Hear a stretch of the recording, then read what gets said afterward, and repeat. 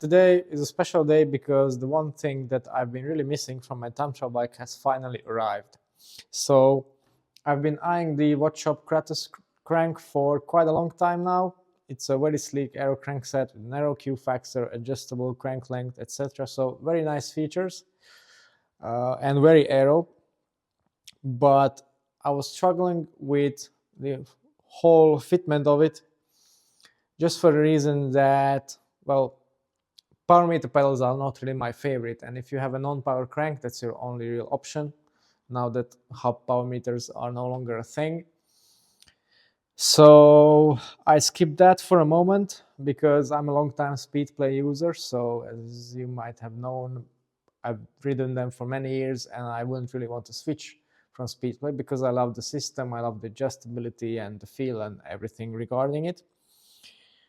And then not so long ago, Speedplay have released a power meter pedal, and I have tried it and have been testing it.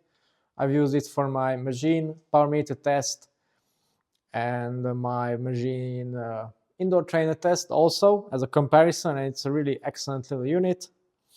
But the thing is, this is a time trial bike, and if I want to put down a huge amount of money for an aero crank and everything else is optimized, the problem with those Speedplay pedals is that they're not really aero. They have the big pod on the spindle, the stack height is increased, the Q factor is increased, and also it has the regular Speedplay double-sided interface, not the aero one, and the aero one is not available for that at all. So really that was not an option, so I put off the crank even more until I found another new option. Now, not so long ago, Look have released their new range of Blade road pedals, and now they also have a power meter version, which is really slick, really aero. All of the electronics are integrated into the spindle, so there's no aero interference at all. Really sleek system. And then I checked into the data as well, and that also proves to be really, really good. We don't know anything about the long-term reliability of those, but I decided to go out on a limb and well, have them. I've ordered them and I'll have a go on them. We'll see how it works out. So today I'm going to show you the aero crank itself. I think it's a really, really interesting and very niche product. I'm going to replace my regular 2x setup here to that. And I'm also going to make the switch to the Look power meter pedals, which is a big change for me. I'm a bit scared of how it will work out after so many years on Speedplay, but on paper it should work out just fine and it should be really aero. So without any further ado, let's get into the installation and the parts. Okay, so as you can see, I've already removed my Wahoo pedals. Painful moment, to be honest. This is much easier when the bike is on wheels on the ground, so that's why I went ahead and done it. If you want to stick to the trusted Speedplay pedals that I've been using and I use on all of my other bikes, then we have these in stock together with titanium axle upgrades. So you can check out the web shop below, but we'll be also stocking the new Look power meter pedals if these prove to be worthy. So this is what you get in the box. This is the dual-sided version, of course. I don't really see the point in single-sided power meters of any kind, really. We can talk about this in a future video to see exactly why a lot of people say the opposite, but I don't think it's really useful. Anyway, this is the new Keo Blade Power. This is what you get in a box. I've yet to install the application on the phone, but first I wanted to charge them up and make them ready to go. So apart from this, if you hold it like this, it looks exactly like the regular Keo pedal. So aero bottom surface on there, single-sided of course, and the blade carbon spring. This is a 16 Newton meter version, so a stronger one. Not the strongest, the 20, but this is kind of a middle ground. So should be alright for time trialing, and the clever part lies here. So as you can see, all the electronics are in the spindle, which appears to be, well, it's very similar in design to look titanium spindles. I don't know if it's that, but we can check with the magnet. and the electronics are housed all inside there. I assume there's an LED, and here's a magnetic charge port, and of course exactly the same design on the other pedals. So this is what you get. So it looks like. And you also get a pair of cleats, of course. These are the gray ones, so the mid-level of float. I also have a pair of black ones with no float. I might try those. And Look also offers a set of red cleats, which have a huge amount of float, and I don't think they're really suitable for anything really. Just too much. I don't really like pedal float. And here you have the charging cable. It's multi-part, and you can charge both of them at the same time, which is a big plus. And they have USB-C connectors, which is also nice. Really up to date. Just like that. And the ending is a regular USB-A.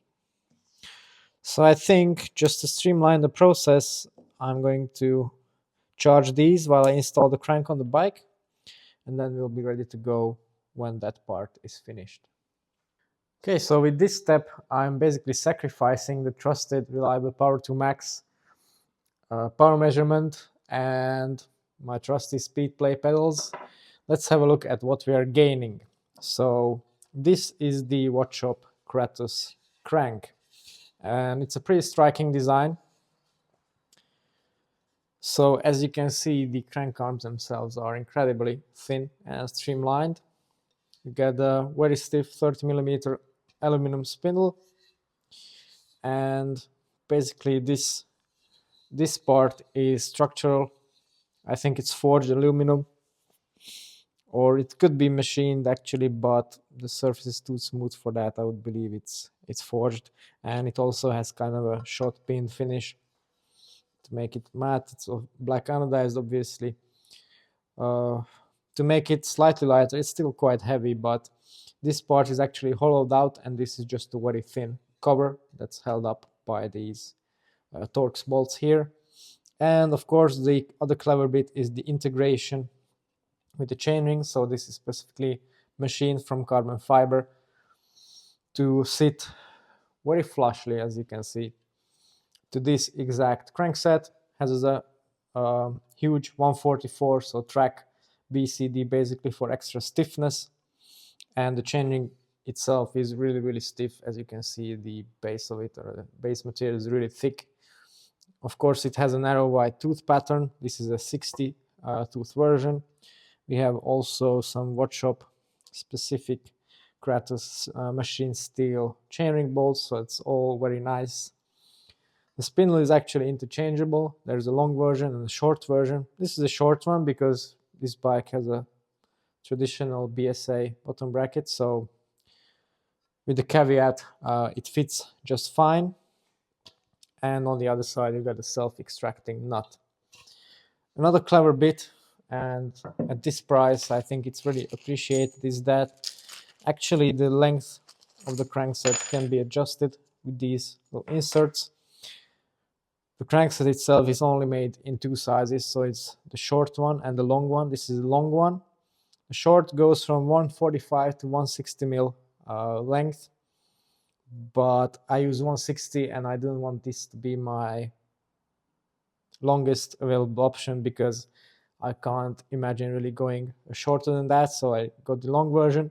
This adjusts from 160 to 175 mil, and yeah, actually this insert is, well, the thread sits on the far end, so it basically encompasses the shortest and the longest possible option. So they go around here, and then you got this. This is actually all, as you can see, a wedge shape, so I imagine that if you tighten it down, it will secure itself in there. I still have to check the tightening torque just to be sure.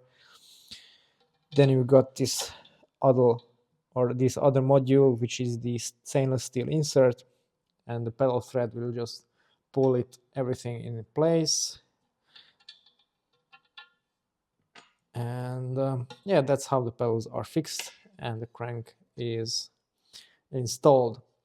First, I'm going to remove the chain because I need to get rid of the front mech.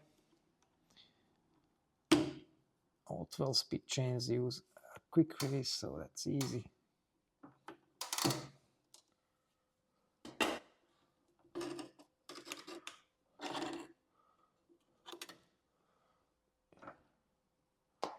That's good enough. Now the front mech, not needed anymore really.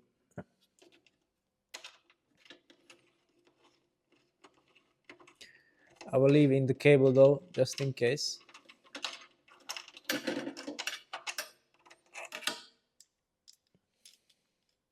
Although ideally I would not need it anymore if Head will supply a classified version of their disc wheel in the future. There. A neat touch of the Colnago frame set is that, as you can see, the front derailleur hanger is actually 3D printed titanium, which is pretty cool, but same goes for the seat post wedge actually.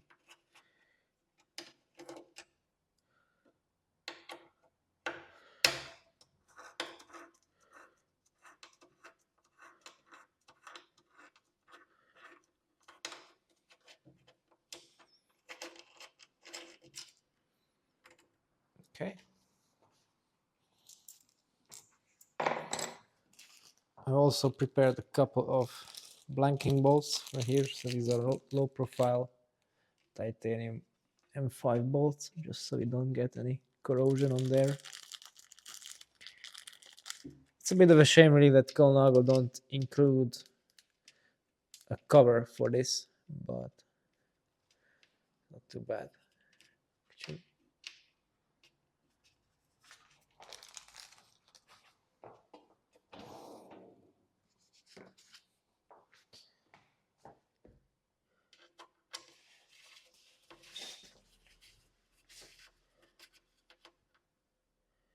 Okay, that's rather neat actually.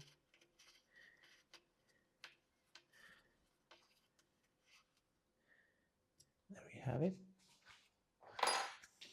Now a bit of electrical tape just to seal off the connector. And I will probably set it aside because actually I quite like this double setup. The Aero Coach Atom chainrings really work great. Great shifting and also pretty aero as well. So definitely a good product. We'll see how the other one perform.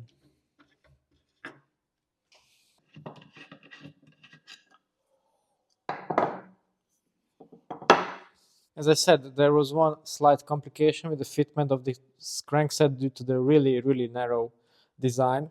So normally on threaded BB cups you get a protruding lip that enables you to secure the dust cover inside, but we had to machine that down in order to, well, just to make it fit and get a bit more clearance. So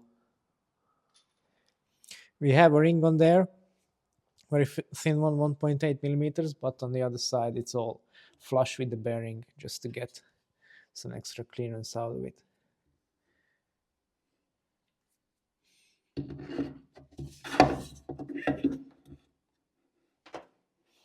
There it goes. Now we tighten the non-drive side.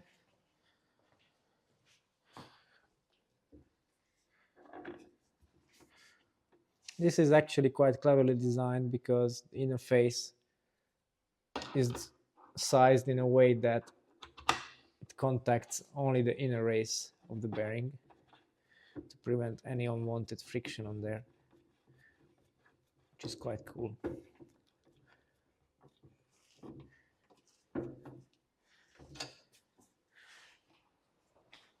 Okay, now I'll torque it down to spec and we'll put on the chain.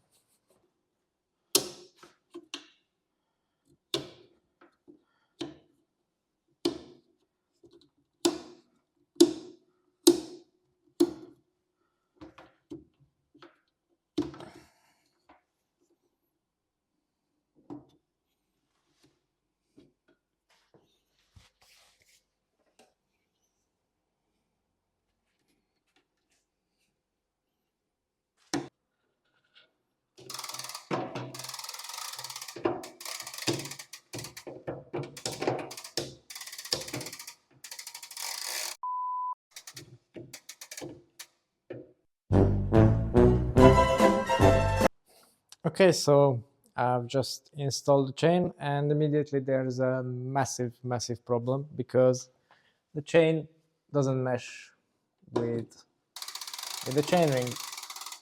If I force it on there, then it kind of goes on, but this is not rideable at all, I would say. Now, I wasn't very worried about this because I saw riders on the internet using this crank and chainring with 12-speed Shimano drivetrains, and on the website there is no compatibility mentioned whatsoever, so there's no mention of it being 11-speed only, or not compatible with 12-speed, or whatever, not compatible with 12-speed Shimano, I don't know. So yeah, this is a bit of a surprise. Yeah, it's just that the chainring teeth are slightly too thick to mesh with the chain, which could be worn in. It's already getting easier now as I'm turning the crank over, but I would need to find a way to somehow get it at least to being rideable, so I imagine that it will be okay after a while. I would just need some very strong chain device to prevent or to force the chain onto the teeth, and then also on the bottom something to make it separate, because yeah, that's another issue. As you can see, it's constantly being hung up. It looks cool.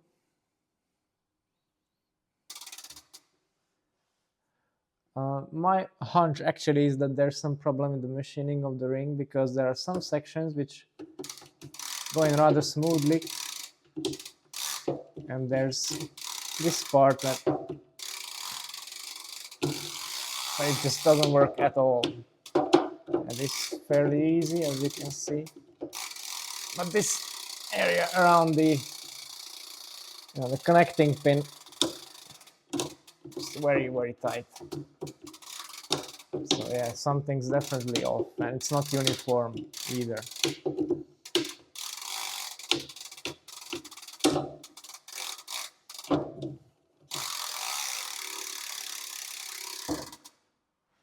And to be honest, the thing that I experienced over the past few years with cycling companies and small brands in particular, that no offense to anyone, but they work shit. You know, you can't survive doing products like this in the automotive or in the motorbike industry or any other industry. And same as with Princeton, we had the huge issue. No one helped us. So in the end, I think I would just resort to having this machined myself, and just to take a couple of tenths off the chainring and the teeth in thickness. But let's try to contact Watchop. What do they say about it first? But I'm not happy. 3 weeks later. Okay guys, so fast forward a couple of weeks and we have managed to get the Wattshop crank perfectly dialed. It wasn't easy. It did require some machining and some tooling. Like always, it wasn't that easy to fix. And the good takeaway from this, and I kept saying this for the past 1 or 2 years, that the more high-end, the more specific, the more special parts you're planning to use, the more complicated and problematic it does get. So that's exactly the case with this. Now, as you have seen just a few seconds ago, the problem was with the chain mesh. But there were a few other issues as well that we've run into. So let's start at the beginning. So I think earlier I have said that this axle, in the earlier part of the video I have said that there are many various axle types for this particular crankset. So we've got a 24mm steel one, I didn't want that, and there are 30mm axles in different lengths. Now, Watchop have advised me to go for the narrowest possible because it's supposed to fit in a frame like this, which is true. It did fit. We did have to shave off the bottom bracket cups in a lathe to make them as narrow as possible, and like that we have managed to fit the crank. It was spinning freely, the preload was good, everything was good. So that part of it is true. However, once we have fitted it into the bike and tried to fit on the chain, there was a problem because the cranks are so narrow that when I actually put the chain in the hardest gear,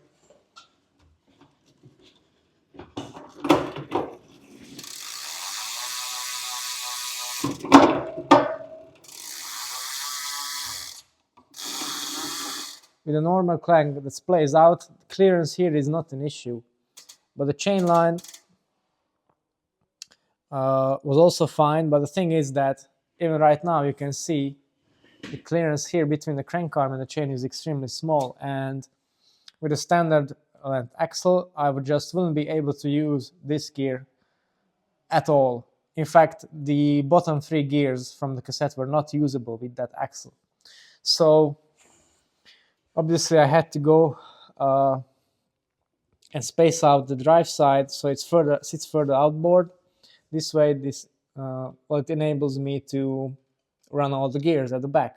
The problem with the standard length axle is that if I do space the drive side, it's no longer long enough on the non-drive side to achieve correct installation without excessively preloading the bearings. So the crank would not rotate freely anymore when tightening the non-drive side. So I asked Watchop for a different spindle for the 4mm longer version, and luckily they had it in stock and shipped it over really quickly, so I'm really thankful for that. So that was a very good solution for this problem. Now, the original axle that I had, you've seen in the earlier part of the video, was aluminum, anodized purple or pink or whatever. This one is steel, and it's a really solid part. It's machined from a single piece of steel. It's a lot heavier than the original one, a lot stiffer, I would imagine. Not that it would be needed. So yeah, on this bike the weight doesn't really matter, this extra 100 grams or so. The stiffness does help, obviously. But the main thing I think that is an advantage is, with a 30mm spindle, the axle sits straight in the bearing. There's nothing in between, like with a dub setup or a 24mm setup where you get plastic reducers. So what happens on my rotor cranks with aluminum spindles is that over time you do get a bit of wear on there, as the clearance is not 100% tight, so there's slight movement. With steel it's a much harder surface, so it will not matter, and I think the possibility for creaks is a lot less. So that was a spindle issue, quite a quick fix. Then of course there was a problem with the chainring. Now, Watchop on their side do not list the compatibility of chains anywhere, so I just assume that it's going to be compatible with 12-speed Shimano. As you saw also on the previous part of the video, it is not. And the reason for that is this chainring does use really thick teeth for the wide part. This is a narrow wide chainring, obviously, since it's a single ring. So you always get alternating between a narrow tooth profile for the narrow chain link and the wide one. And the wide one, for example, on that aero chainring is 3mm wide, which is compatible with any chain. On this one, it was much thicker at 3.9mm, so that was causing the chain mesh issues. Now, Watchop have recommended me to use either a KMC chain or a YBN chain, and if you watch my previous videos, you know that I've been using a KMC chain on my classified equipped bike. But the problem with those is that yes, I did have the chain, and I actually had the YBM chains on the way. I have them now, but still, the quick link that I would use is a Shimano one because that's what's easily available to me. And even though those chains meshed perfectly fine, the chain jumped, of course, where the quick link is. So I contacted my friend in manufacturing, and we have decided to create a clamp for the lathe, and then actually the chainring, we bought special carbon machining bits for the rig, and we machined it down. First we took off 0.2 millimeters from each side, but the chain was still not meshing. We then bolted up to 0.4, and now as you can see, the chain runs perfectly in all gearing combinations, and it has really excellent tooth engagement because the tooth is still wider than with other chainrings, so that's a big plus. Also, the material of this chaining is infused with some kind of low friction additive, so really good stuff. Now, the reason why the chain didn't mesh is not because the links themselves of the Shimano chain are narrow, because it's 12 speed, it's the same. If you have the same cassette space, you divide that by 12, you get the same measurement. Of course, maths doesn't change in that direction, but because of the hyperglide system, the way that the links are shaped and the plates are shaped, it's just that it requires more clearance because they can't easily slide on the chainring if it's too wide. So now I know all of this, and I have tried all of this, so you don't have to. And now Watchop are also informed of this issue, so if you decide to buy this chainring or crank, then you will get one that works. So these two issues were solved. Now it was time to fix the pedals. Now, again, in the earlier part of the video, I've shown you the new look power meter pedals, which prior to setting up the crank, I have tried on my other bike, compared it to the other power meter, to the Kicker bike. It performed flawlessly. I've managed to dial in the fit in the loop cleats. Not so easy as with Speedplay, but I've done it. I was happy with the setup. And then I've transformed them to this bike. And again, if you go back to this clearance issue, you can see that these pedals do have a protruding piece of electronics on this side, or maybe you can see it better up here. This bit is where the PCB of the internal electronics ends, and it's also where the magnetic charging port clips in. As you would imagine, on any normal setup, this is not an issue at all because there's plenty of clearance. But since the Wattshop crank is so extremely narrow, even the crank face has very tight clearance, and if this is protruding, there's just no way you are able to space it out correctly. Now, I did try adding spindle spacers on the pedal, and this moved it away far enough. But there's one more catch here. So, as you can see it right now, with the crank spaced out so you can use all the gears, the crank itself actually sits asymmetrically compared to the center line of the bike, and it's 2 millimeters further outboard on this direction, which means that if I add another 2 millimeters here, firstly, that's going to be a very uncomfortable setup fit-wise, because you're just pedaling 4 millimeters askew to one side, and the other thing is that the thread is no longer long enough, even on the look pedals, to have proper engagement. Not to mention, on the other side, if I would want to compensate, I would need to add even more spacers, so that's just absolutely not viable. And at that point, And at that point you are even cutting considerably into the advantage that the Wattshop cranks have the first place, which is in the Q factor. So the pedals were a no-go, unfortunately, because I really started to like them. And the other issue with look that I haven't realized before is the Q factor of the pedals themselves. Now, why is that an issue? Well, before ordering them, of course, I checked this fact. And basically all major pedal manufacturers quote 53 millimeters as their Q factor for the pedals, which applies and it is correct. However, the thing that I did not take into consideration, and I wasn't really aware of this earlier,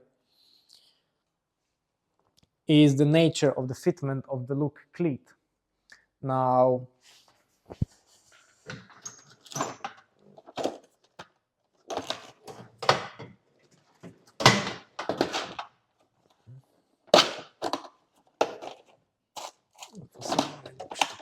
mindjárt hozok egy.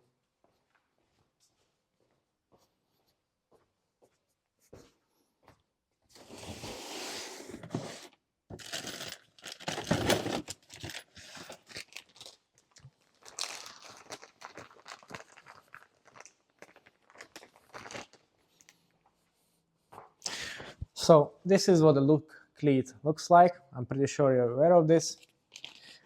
And the main difference between this and the speedways which I've been using is that the adjustment range of these laterally is extremely narrow.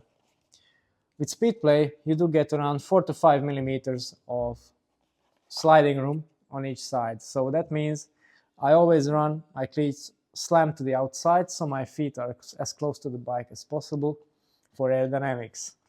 And I wanted to do the same on look, but here the space is only really enough to get a few degrees of rotational adjustment, which you need in my case because I tend to run my feet slightly heel in. And you get zero lateral adjustment. So even though the pedals themselves have the same Q factor, my shoes were actually 10 millimeters, just eyeballing it, but it was around that. It was visible even without measuring. They were ran at quite a lot wider than I would have in a normal setup with speedplays. So I didn't really like that fact. And that was the other issue that I had with these pedals. So in the end, I decided to go back to the speedplay power links, even though I didn't want them in the first place because of this little bulky section and the fact that the bottom is not aero, but the loss from this is really, really minimal compared to that wide range in the Q factor. So because I was also planning to have a separate pair of shoes for looks, I also bought these torch lace S-Works shoes, which are very similar to the old S-Works sub 6s that I've been using for 6-7 years now for time trials. So they're both lace-ups, very similar design. Obviously the new ones have a much more broad front end and rear end for comfort. It's just an updated version of this basically. But the main point for me is that these have the drilled on speedplay low stack adapter, which I've been using. And of course I can no longer fit look cleats to these, so I need different shoes. But that's a good or well, a positive of this fact is that I can now use a speedplay cleat with a normal adapter, which has a bit higher stack, but this clears the pod of the power meter pedals, so I actually do need these.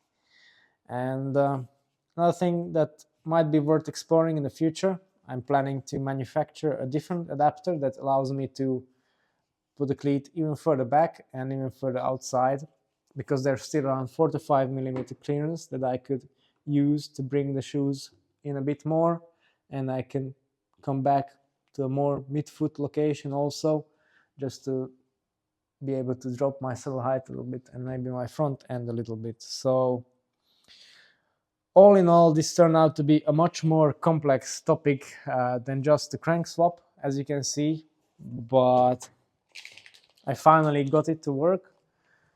And yeah, I already have ideas on how to improve that even more. And maybe we can develop this adapter into a product that you will be able to buy on my website, just like some other time travel specific stuff that we specialize on. So make sure to check that one out. So yeah, I think this video is long enough already, so time to wrap it up. The crank now works. We have yet to test the aerodynamic implications of that, but so far it feels really good with the narrow Q factor, and just in general I think it looks awesome. It's a really well made and high quality product, not easy to fit. So yeah, with the disc brake time trial bike, and I think rim brake as well, because this part of the bike doesn't change the drivetrain side, you will need probably the plus 4 mil axle. And yeah, just keep an eye on the chain compatibility, and yeah, eventually the power meter pedals as well. But this is a combination that now works. So I hope you have found this informational and useful. Of course, I'll be bringing you further updates now that we're ready to aero test this bike and do these kind of small changes that I mentioned. So subscribe to the channel to make sure that you don't miss that, and let me know if there are some other things that you would like me to try. I've tried all this and went through all this, so you don't have to, I guess. So yeah, that's all for today. Thanks for watching, and see you next time.